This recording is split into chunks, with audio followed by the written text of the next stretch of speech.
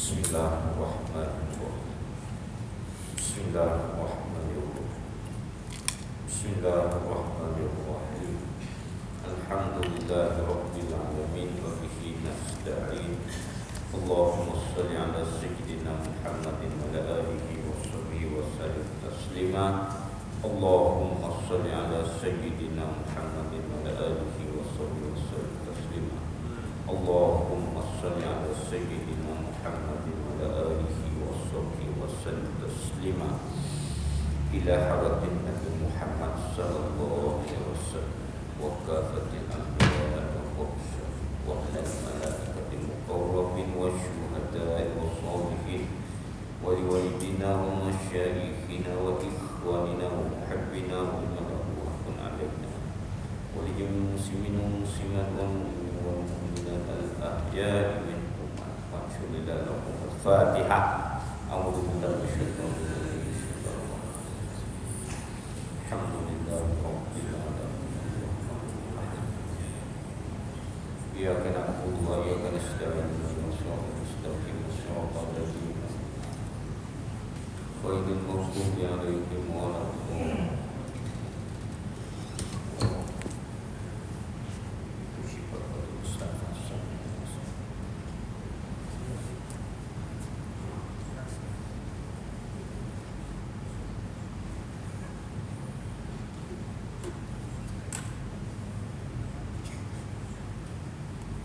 Qala rabbi shrah li sadri wa yassir li amri wahlul 'uqdatam min lisani yafqahu qawli. Subhanaka la ilma lana illa ma 'allamtana innaka antal alimul hakim. Rabbi yassir wa la tu'assir wa tammim bil khair. Bismillahirrahmanirrahim. Taha ma anzalna 'alaikal qur'ana tashqa illa tadhkiratan liman yakhsha tanzilan mimman khalaqal arda was samawati wal arda ar-rahman lahu ma fis samawati wa ma fil ardi wa ma bainahuma wa ma tahta syara wa ma umiru illa liya'budullaha mukhlishina lahu ad-din hunafa wa yusallu zakata wa dhalika dinul qayyim. Wa la hawla wa la quwwata illa billahi al-'aliyyil 'azim. Wa la hawla wa la quwwata illa billahi al-'aliyyil 'azim. Wa la hawla wa la quwwata illa billahi al-'aliyyil 'azim. La ilaha illallah, Allahu akbar, Allahu akbar, walillahil hamd. Amma ba'd. Assalamualaikum warahmatullahi wabarakatuh. Qala Syekhul Mu'allif rahimahullah ta'ala fi kitabih wa na'afana bi huduhi fi tawbi amin ya rabbal alamin. Masih bicara dalam sifat kalam. Betul. Mana mengalah dulu dalam kalam juga tempat dalil apa tak apa. Ke-13 kalam muka surat 10 tu, ke-13 yakni bicara sifat Allah Ta'ala yang wajib diketahui oleh kita orang beriman akan sifat Allah Ta'ala secara tafsili, secara satu persatu. Fardu ain adalah yang ke-13 ini disebut kalam. Artinya kalam perkata. Itu satu sifat. Dengan sifat perkata itulah Allah Ta'ala berkata. Jadi perkata di situ per kok bahasa Melayu supaya orang Melayu mudah faham. Bahasanya ianya satu sifat. Pasal kalau kita dikata berkata-kata, dia bukan sifat. Dia samaratus sifat, guna sifat. Jadi kita pun kata ke-13 kalam ku Arab artinya perkata, sifat perkata, yang mana dengan adanya sifat perkata inilah Allah Ta'ala berkata-kata akan perkataan yang dia nak berkata-kata. Maka tubiklah sifat kalam ni dibahas tubik pak kalam. Semua dinamakan kalam. Satu kalam ismi, kalam sifat, iaitu perkata. Yang kedua kalam nafsani, cedek nak berkata. Sebelum Allah Ta'ala nak berkata-kata, Allah Ta'ala ada bercedek nak berkata-kata. Bila? Sejak qadim azalilah Allah Ta'ala akan berkata-kata. Dua ni ismi dengan nafsani qadim. Kemudian yang ketiga kalam masdari. Inilah yang dikatakan berkata-kata. Kena ke kalam masdari. Arab panggil kalam juga. Yang keempat kalam lafzi, lafaz. Bila berkata-kata keluarlah perkataan. Tu Pak.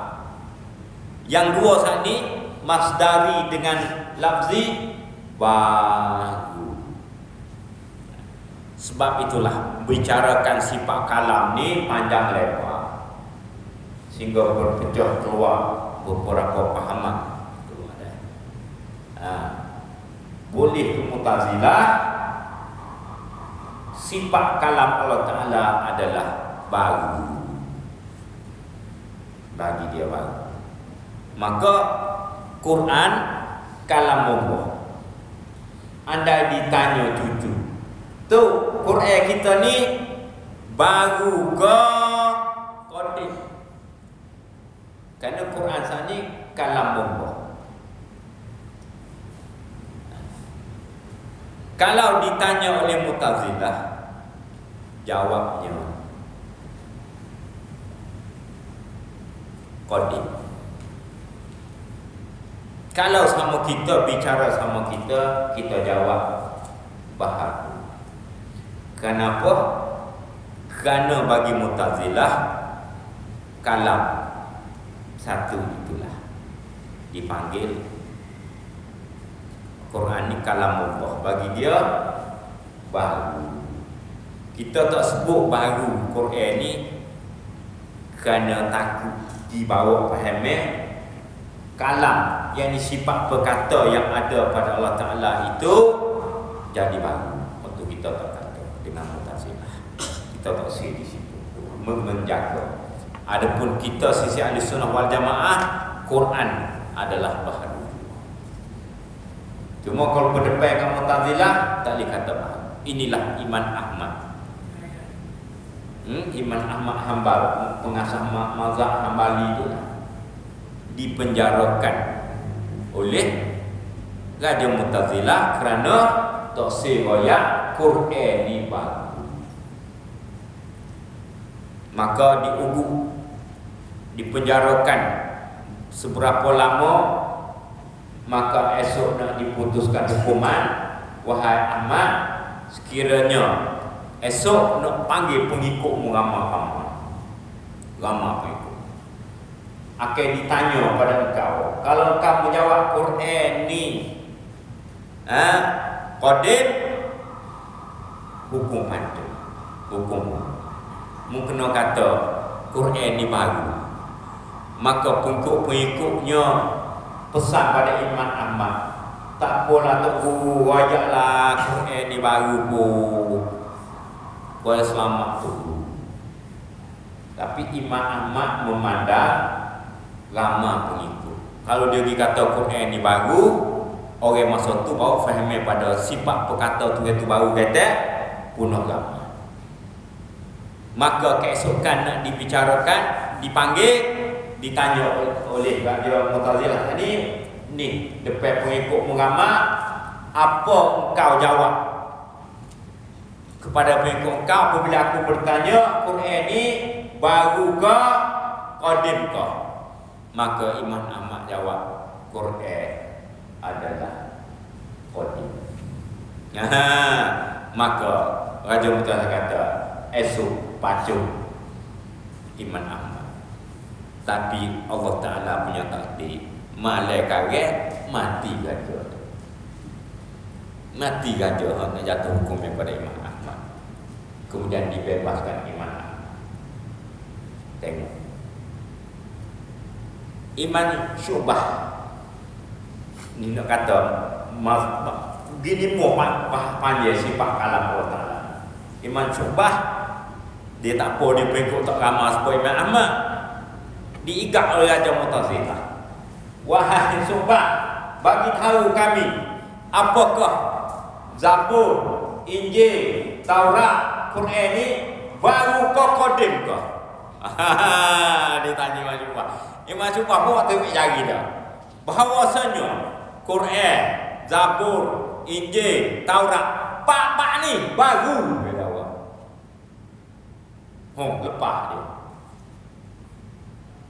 Apa yang dimaksudkan oleh Imam Syu'bah tadi ialah jari dia pak ni barunya. Itu caranya. Dia tak apa, dia mengikut tak ramai. Imam Ahmad Sa'di, Imam Bukhari pun sama. Dikepung oleh Raja Mu'tazilah dalam masalah ini 3 hari dikepung untuk ditangkap. Lalu Imam Bukhari 3 hari berturut-turut berdoa pada Allah Ta'ala, ya Allah, sekiranya hidupku ini bawa fitnah yang lebih besar pada agama engkau, matikan aku. 3 hari mati dari kepungnya. Imam Bukhari mempertahankan bahwasanya kalamullah ini adalah qadim, bukan bahar. Kerana Mu'tazilah dia tak pecah semua kita sana. Kita pecah 2 qadim, 2 baru. Yang qadimnya sifat berkata Tuhan. Kalau kena ke kita, Tuhan bukan lagu ni. Nak faham yang ni, kecek ni dah.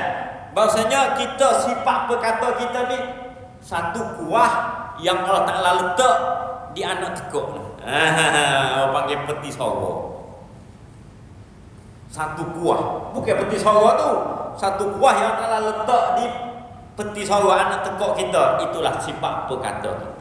Tuhan bukan ada anak tekuk lagu ni nah. Sifat berkata dia.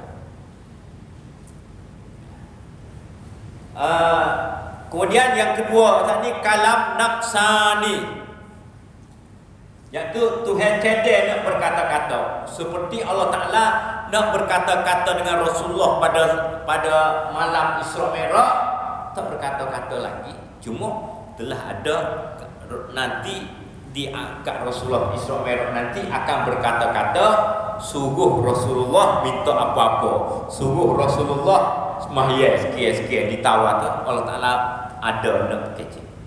Itu juga qadim dulu azali lagi telah begitu. Dua tu qadim. Bila Allah Ta'ala berkata-kata dengan Rasulullah, masa Rasulullah itu 2 saat ni qadim, 2 lagi masdari, berkata-kata semasa Rasulullah dengan Allah Ta'ala ataupun Musa dengan Allah Ta'ala berkata-kata, kita panggil perbuatan. Itu kalam masdari kita panggil. Yang ni baru. Bila berkata-kata, kita manusia bila berkata-kata keluarlah lafaznya, bunyi-bunyinya boleh ditulis dalam Quran semua. Maka dipanggil itu kalam lafzi. Cuma suara Tuhan bukan semua suara kita ni, bukan. Nah, masing-masing lah, masing-masing.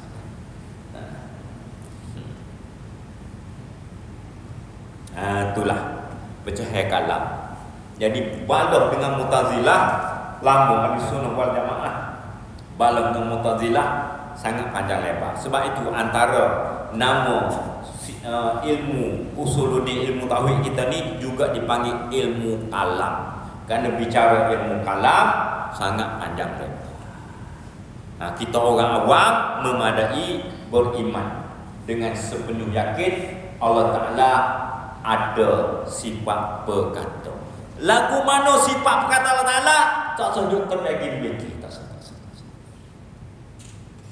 Selagi boleh fikir, selagi boleh bayang, bukan. Selagi boleh bayang, boleh fikir, ada di gambar kita, makhluk nama, bukan Tuhan. Sebab tu Tuhan ni jangan dibayang-bayangkan. Itu mustahil, akal sekali rabuk tak terima nak panggil Tuhan kalau bisu. Bila bisu, apa kita tahu? Tak ada benda yang kita tahu. Allah Ta'ala tak memberitahu apa-apa pada kita. Sebab itulah kita sangat gembira mempunyai Tuhan yang sempurna, iaitu yang boleh berkata-kata.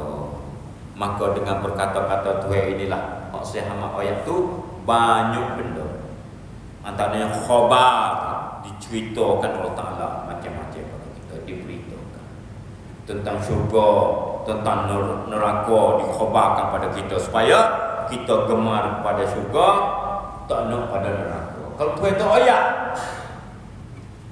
tak berkata-kata pada Rasulullah tentang benda begini, kita tak tahu. Nak pergi ke mana kita tak tahu. Sebab itulah kadang-kadang amar Allah Ta'ala perintahkan, kalam Allah Ta'ala dengan amar perintahkan, kadang-kadang dengan nahi menegur, jangan berjudi, la taqrabuz zina, jangan berzina, jangan minum arak, ditegur. Hak suruh wa aqimus solah, semaya, wa atuz zakah, tubik zakat. Tapi apapun perbuatan Allah, apapun perkataan Allah pada kita, semuanya bagus saja. Walaupun nampak dengan nafsu tak berlaku.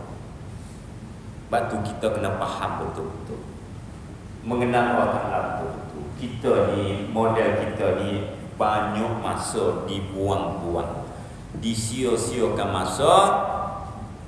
Sepatutnya masa yang kita buang-buang, sia-siakan dulu tu dipenuhi dengan fardu ain. Tapi kita banyak membuang masa.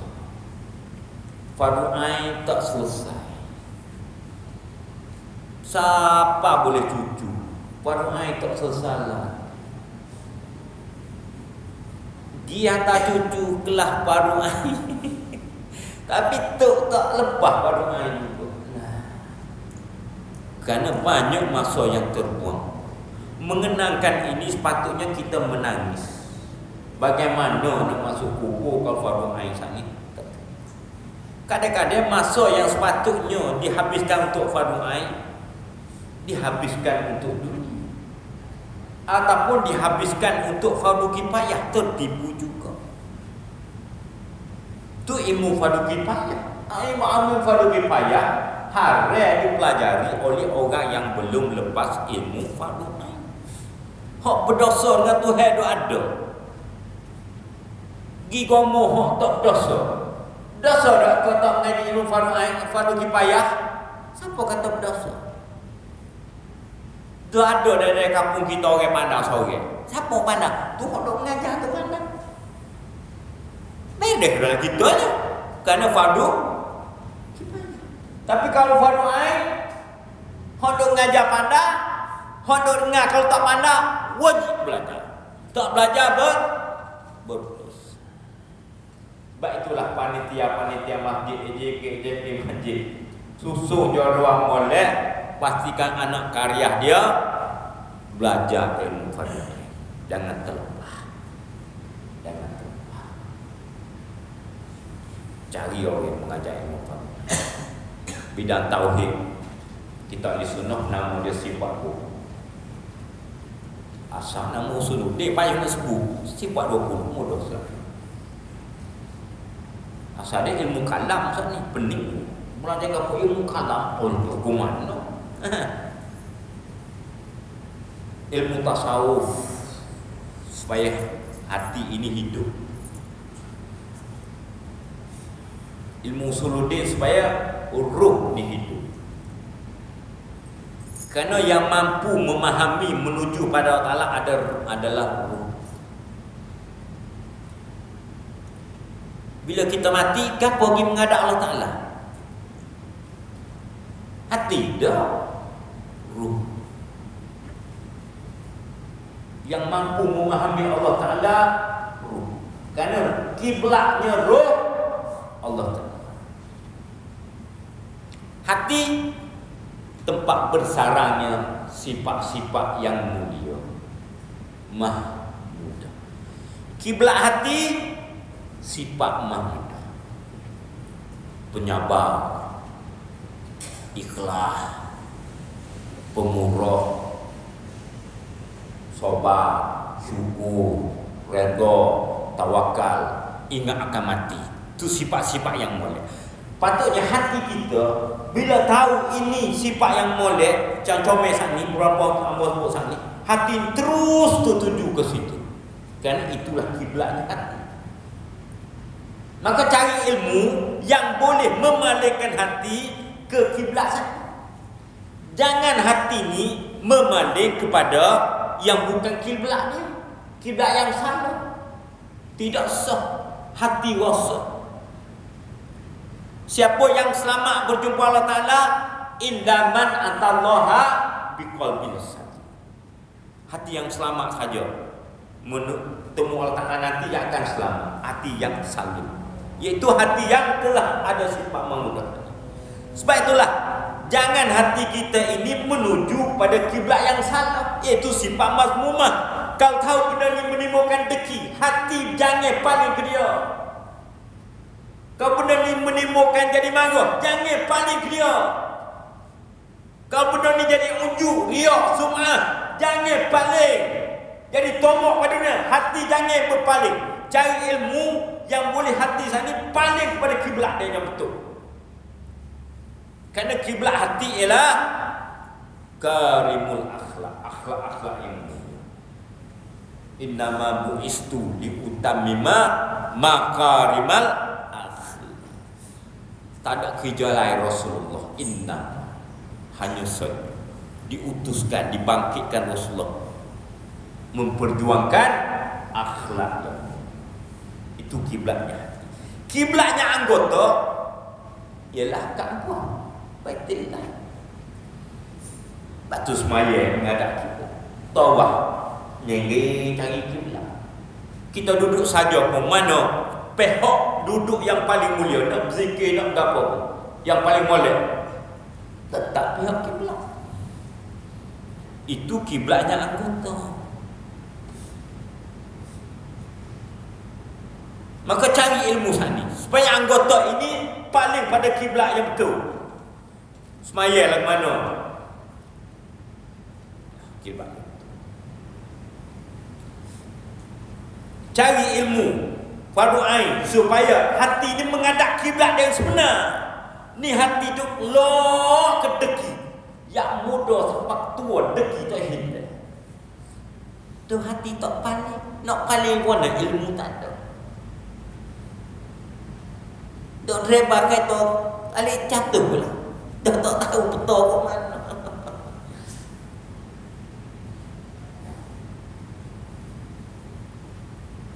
Ruh ke arah mana?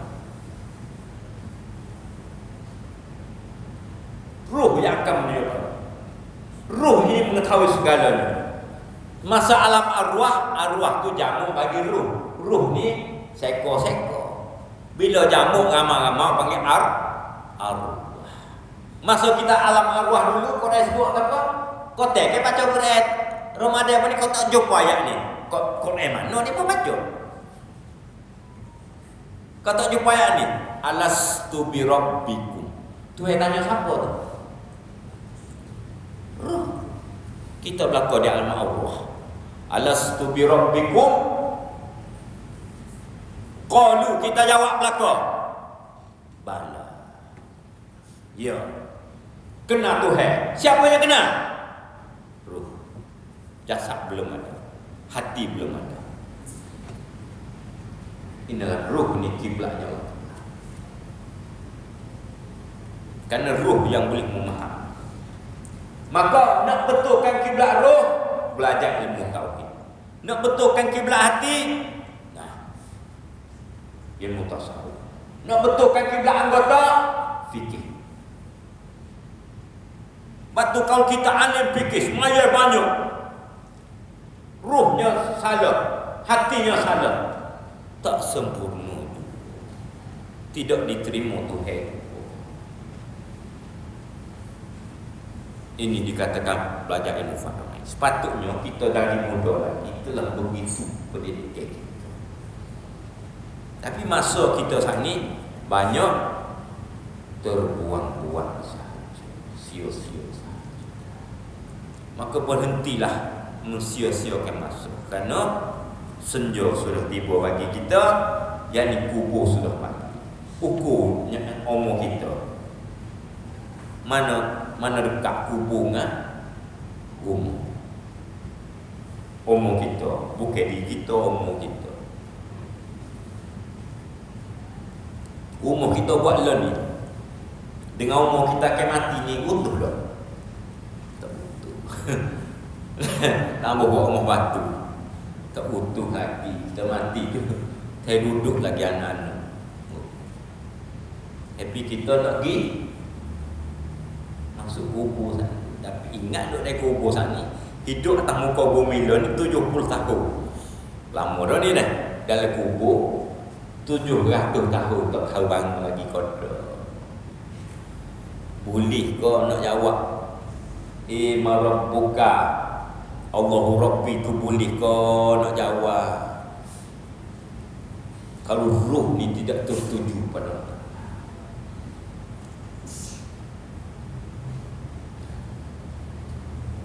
Sebab tu orang yang kena Tuhan, saat kematian adalah sangat gembira, kerana ruh ni ingin menuju pada Allah.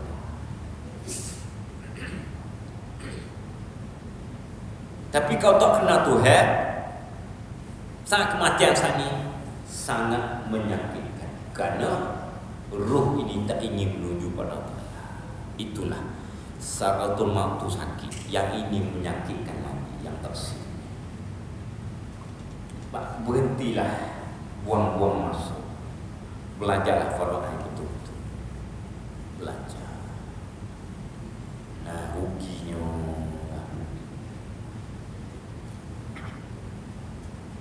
kamu tidak kata orang, cuba kita pakat-pakat. Kita penuntut ilmu macam hidup belebeh debeh. Tujuannya untuk apa? Cuba fikir. Kerana ingat, dalam banyak-banyak riak menuntut ilmu bahaya. Yang kata menuntut ilmu tak ada riak, menuntut ilmu ni mulia tak? Mulia.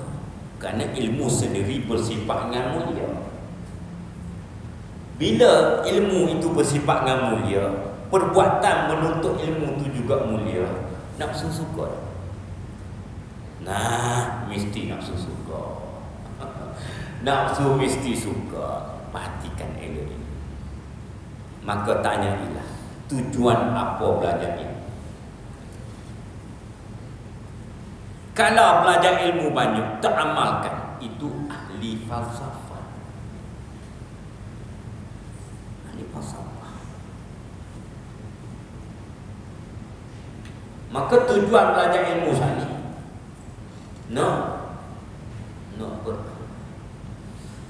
kita jatah-jatah ni, orang pengoyak, marilah kita akan mengajar sini kitab tentang kita mengaji gatek. Mari kalian bodoh kita ni. Tapi mengaji apa? Supaya orang kata dia direti ni bahik ni. Bila orang kata kita bahik, dia direti, dia mengaji dah. Nah, suka kita. Itu tujuan belajar. Bukan nak beramal supaya kata kita ni tak. Itulah apabila ahli nerakanya nanti, ramai-ramai masuk neraka, ahli neraka gagak-gagak pada seorang yang juga masuk neraka. Busuknya tubuhmu ni bapa ahli neraka sama dia dah. Bapa tubuhmu ni busuk gini semua. Ngepek ahli neraka sama ahli neraka sana. Pada siapa? Pada seorang lelaki yang mana tubuh dia busuk bandingkan yang ahli neraka lain, kerana orang ini orang alim tapi tidak mengamalkan ilmu. Tidakkah orang alim yang ada ilmu tak mengamalkan ilmunya diseksa 500 tahun sebelum kafir sebuah bala diseksa? Nah, berhati-hati menuntut. Lepas tu kita menuntut ilmu tinggi, katakan menuntut ilmu tafsir Quran, habis butir tafsir Quran. Bagus, tak ada masalah. Tapi perhatikan diri kita. Sepatutnya bila kita belajar butir Quran, tafsir, habis. Sama dengan kita dengan Rasulullah. Dari segi ilmu yang kita belajar sama. Boleh kata sama dah. Tapi cuba lihat. Belajarnya tinggi. Sudahkah kita pada siang harinya berpuasa sepanjang hari? Malamnya bertahajud tak berhenti sebagaimana Rasulullah? Sudahkah? Kalau belum, tujuan apa belajar ilmu? Untuk apa? Kalau kata hidup ni mengaji tinggi tak sekolah habis 2-3 kali kotak. Puasa suka dah kita. Nah, itu bahaya untuk riak dengan ini. Bukan mudah juga. Sumpah boleh. Kalau boleh benda-benda, tak rupa saya sangat. Kita nak main ngajar tadi ni lah benda kita baca. Bakpo kita baca kitab.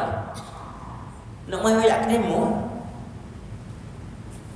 Maka tu kata, kalau mu tak pergi ngajar mu baca dak? Dak. Nah, mu nak kata mengerti. Mu belajar ilmu sani kerana nak pergi kata-kata kores boleh kata mu ni pandai. Tengok. Yang belajar pun tak nampak.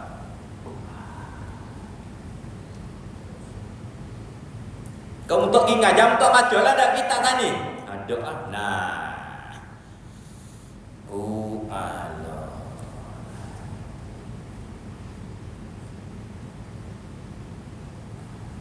Sebab itu jangan asal menuntut ilmu, jangan. Perhatikan. Sebab tu agama kita letup. Ini fardu ain ni.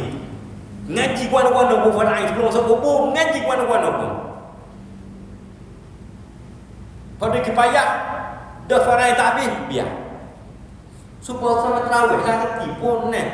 Lagi tak habis kodok semaya, boleh semaya terawih. Nyebut ni, tapi tak ada kaedah apa. Orang lain tak kodok, orang wajib tak kodok. Duk berdosa dengan Tuhan, Tuhan nak marah. Terawih kau tak buat Tuhan marah kan? Jumpa hadis mana Tuhan marah kau tak terawih? Tak ada Tapi kau duduk lagi terawih. Lah. Tak tahu lah lagu mana puasa tak kerti. Dengan Tuhan dah ulang nombor letak puasa. Sebab itulah kau kita ingat betul-betul perdoaan kita saat ini. Boleh menangis kita. Jangan sia-sia ke waktu. Boleh sia-sia ke waktu. Cari ilmu fardu. Panitia aji ke masjid susung boleh jadi. Awak kamu pun tak kontrak pun tak bodoh ni.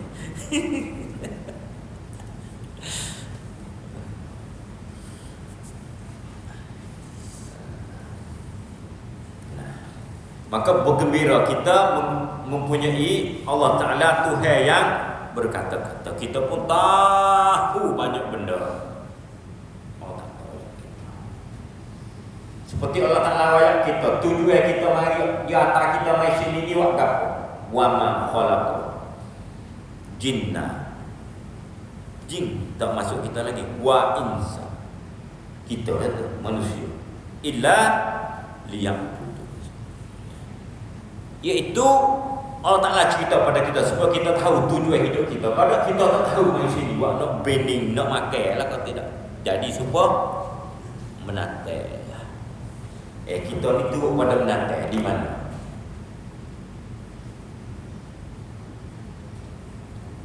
Tengok.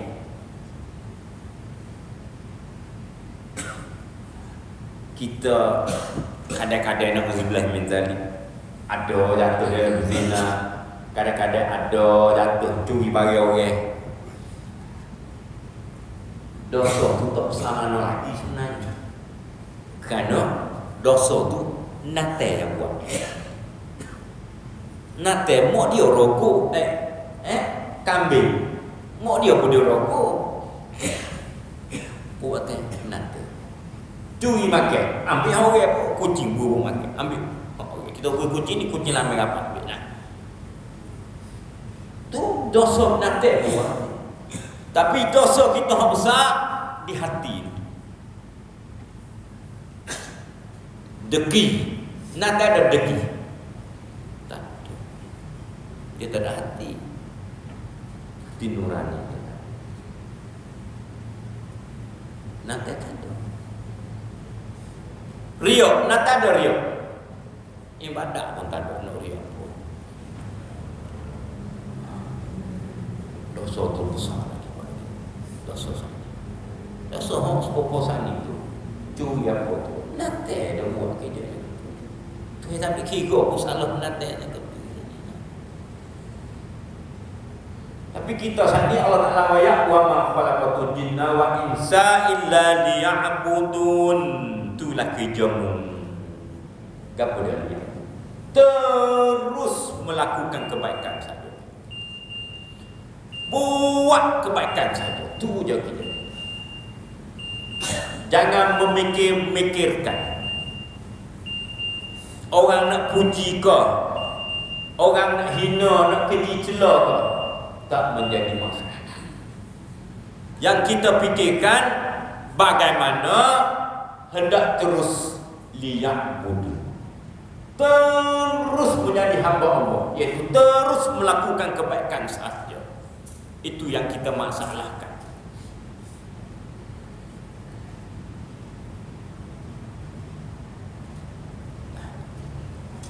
Ganjaran di sini ke, ganjaran di akhirat ke, tak menjadi masalah. Yang kita hendak ialah, yang kita memikirkan ialah bagaimana terus melakukan kebaikan. Walaupun orang yang kita lakukan kebaikan saat ini menganiaya kita, teruskan. Kenapa? Kerana di dunia ini bukan tempat keadilan. Di dunia ini bukan ada kehidupan yang hakiki. Andai di dunia ini ada kehidupan yang hakiki dan adalah tempat keadilan, Allah tidak adil kepada kita. Kita orang beribadat pada Allah Ta'ala, hidupnya susah, sakit, banyak masalah bertempo-tempo. Sedangkan mereka yang bermaksiat pada Allah Ta'ala, hidupnya kaya, sehatnya segar buka. Kalau ada kehidupan yang hakiki, Allah Ta'ala nescaya tidak adil pada kita. Tapi kerana di sini bukan kehidupan yang hakiki, tidak ada masalahnya. Di dunia tak ada keadilan. Yang ada keadilan di akhirat. Cuba tengok, kalaulah di dunia ni ada keadilan, uginya kita buat baik, disuruh buat baik, pak mati, tak ada apa-apa. Tutup cerita. Ataupun orang tu buat jahat, pak mati, tutup cerita. Bukan keadilan. Keadilannya dia yang buat baik, walaupun di dunia tak dapat apa-apa, tapi di akhirat dibalas berganda-ganda. Yang buat jahat walaupun di dunia terlepas, tapi mati bertemu.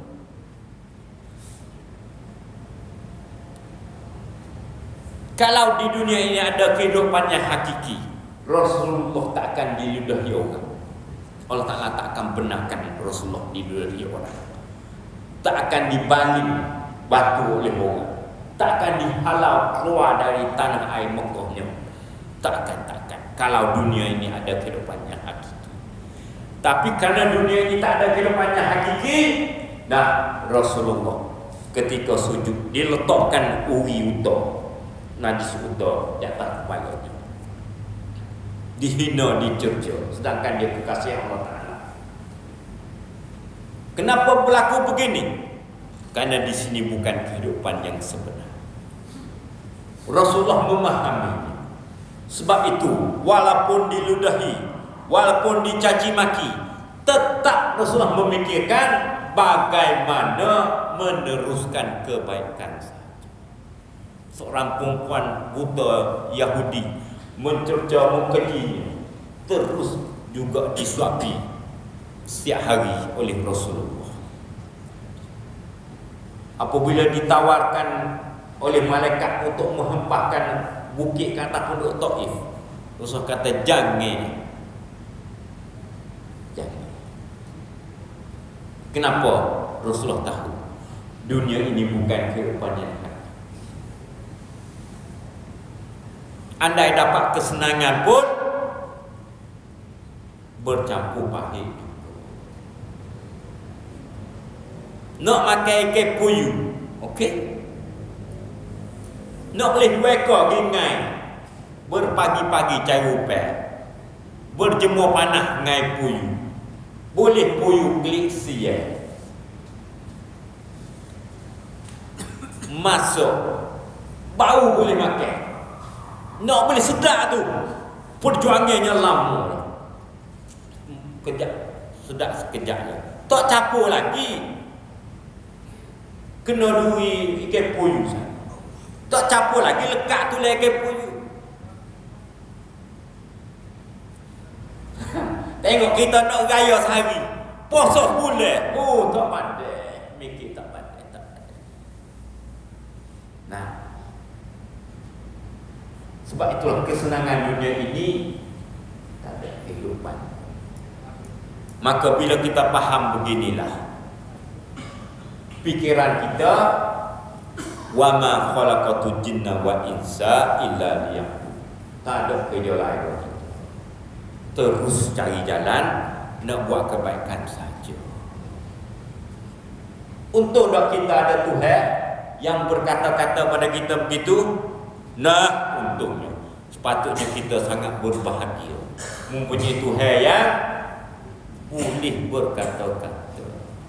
Ini amal dengan sifat Allah. Setiap kali baca Quran, ada ajaran Allah Ta'ala, ada kisah yang Allah Ta'ala buat, ada surahan Allah Ta'ala, ada larangan Allah Ta'ala, semua ada kebaikan. Maka hendaklah kita puasa. Untungnya aku ada Tuhan yang berkata-kata. Nah, ini amalan. Barulah baca Quran itu. Ada kan ni panjang. Nah, inilah. Nah, tengok kita sikit. Inilah dikatakan sifat kalam. Perkata, iaitu sifat yang qadimah, yang berdiri pada zat Allah Ta'ala. Saya esok kita boleh klik lagu mana sifat. Inilah mana yang berdiri pada zat. Saya esok boleh klik pasal di sifat mana pasing ada. Boleh klik lah sifat. Yang menunjuk ia atas kalian yang wajib. Tu wajib. Jaizu, harus. Dan mustahil. Yang wajib Allah Ta'ala dengan sifat dia. Yang jaiz makhluk-makhluk yang lain. Yang mustahil, yang lawan bagi wajib tadi. Tu yang wajib. Qul huwallahu ahad. Tu yang wajib. Tuhan tu so tu wajib. Wajib kau wajib akal. Bukan kau Tuhan dua dosa Tuhan, kau so pahala Tuhan. Bukanlah betul. Qul huwallahu ahad. Mikir apa? Akal. Sebab tu wajib di sini wajib akal. Batu kita Ahlussunnah wal Jamaah beriman pada Ta'ala dengan hukum akal. Kalau orang tak ada akal boleh faham hukum Allah, tak boleh nak faham. Qul huwallahu ahad, Allah satu. 2, 3 buat apa ya? Sudahlah kita. Kau tak faham hukum akal, tak akan faham. Qul huwallahu. Batu kata, "Gapo kena Tuhan ngakak? Apa nak kena ngakak apa?" Akak tu hukum akak. Allahus Samad, Tuhan ni tempat tumpuan. Nak boleh jadi tempat tumpuan ni Mesti dah dia ni wajib dah dia ni tak berhajat pada orang lain. Jadi orang lain tak ada pun tak apa. Sedekah orang lain tak boleh tak ada dia. Baru boleh jadi tempat tunggu. Nak boleh lagu tu. Tak ada akal yang waras. Melainkan dia gila. Menerima. Melainkan dia ada. Paling kuat 13 sifat itu. Inilah kita belajar sifat itu. Nak faham as-samad kata. Kalau tak faham hukum apa? Nak faham hukum Allah lagu mana? Nak faham as-samad lagu mana? Lam yalid walam yulad, mustahil dan istihalah. Ni tu riwayat kita. Maka walam yakul lahu kufuwan ahad. So untuk sama. Lagu mana? Dengan Tuhan. Semua ada dalam hukum.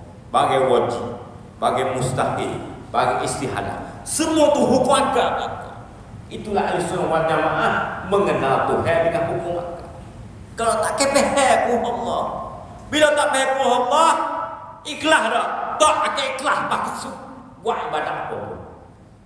Kerana itulah dinamakan surah Qul huwallahu ahad, surah Al-Ikhlas.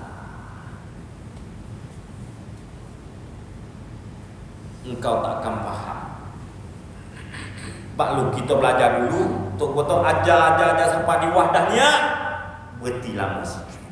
Kurang boleh sikit. Kita ahli sunnah wahdahnya pada zat, wahdahnya pada sifat, wahdahnya pada afal. Kita ni ada ke ilmu? Letak kalau nak kira. Kita ni ada ke sifat ilmu? Sifat ilmu yang ada di kita ni hak siapa? Hak kita? Jangan.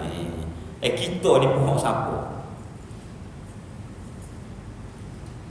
Lah ni Tuhan letak ilmu di kita. Kita ni hak siapa? Tidakkah kita ni innalillah wa inna ilaihi raji'un? Tidak begitu bila kita. Dari Allah engkau datang, pada Allah tak akan kembali. Kita ni hak kita ke Allah? Hak Allah lah. Maka Allah Ta'ala letak sifat ilmu lah ni di kita. So kena di hak kita ni pun hak Tuhan. Sebab tu jangan pernah mengaku berilmu. Siapa mengaku dia ada ilmu juga syirik dah dengan Allah Ta'ala. Padahal yang ada sifat ilmu hanyalah Allah sahaja. Kita pergi mengaku ada ilmu kata syirik dah. Nah, siapa syirik? Apa hukumnya? Innallaha la yaghfiru an yushraka bihi. Sekali gabung Tuhan tak ampun mereka yang mensyirikkan Allah. Wa yaghfiru ma duna zalik liman yasha. Allah Ta'ala boleh ampun dosa pada dosa syirik tadi. Boleh ampun dosa bersama pun Allah Ta'ala boleh ampun liman yasha. Orang yang dia kenal. Sama lagi. Wa man yusyrik billah. Siapa mensyirikkan Tuhan? Baik sifat af'al zat. Faqad sesungguhnya dalla sesat. Dalalan sifat sesat dia. Ba'idah sesat yang jauh.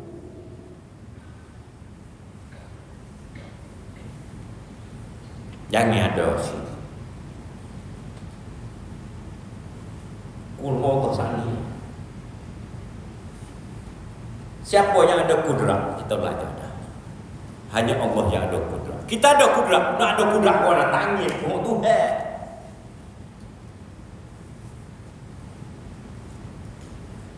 Angkat tangis semaya. Allah buat juga. Boleh pandang beginilah. Barulah tulus pandangan itu. Tak lekat di kita dah. Inilah orang yang ikhlas. Itulah Qul huwallahu disebut surah Al-Ikhlas. Untung kita ada Tuhan yang berkata-kata dalam surah Ikhlas ini. Pandai kita berikhlas. Kalau dok kita tahu nak lakuk lagu mana. Riwayat benda yang wajib jaiz dan mustahil, lagi sunyi daripada huruf dan suara. Yang ni super makhluk bukan. Sebab tu baca lagi sekaligus lalu. Lagi sunyi daripada huruf dan suara dan lainnya daripada sekalian sifat kalam yang hadis. Jadi bukan suara kita. Bukan huruf pada Quran tu apa hadis. Apa makhluk ni. Bukan ada derah, ada slow, ada sedak tak sedak, merdu tak merdu. Bukan. Ada kepala, ada ekor, kecek beti. Bukan pasal lagu ni Tuhan, bukan. Hak dia makhluk aku. Tuhan sifat perkata dia tak sama.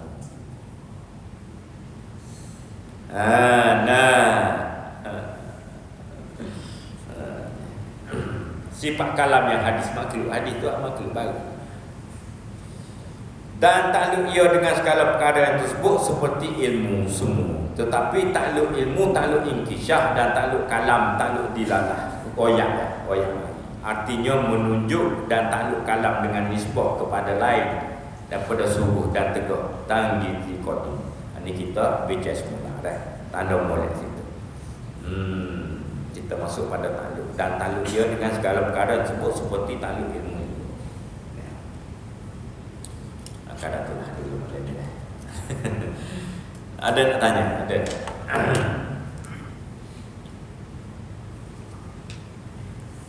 Ada dah. Minta redha, minta ampun dunia akhirat. Wa akhirna bi taqwa wa jannah bisya. Rabbana hab lana min azwajina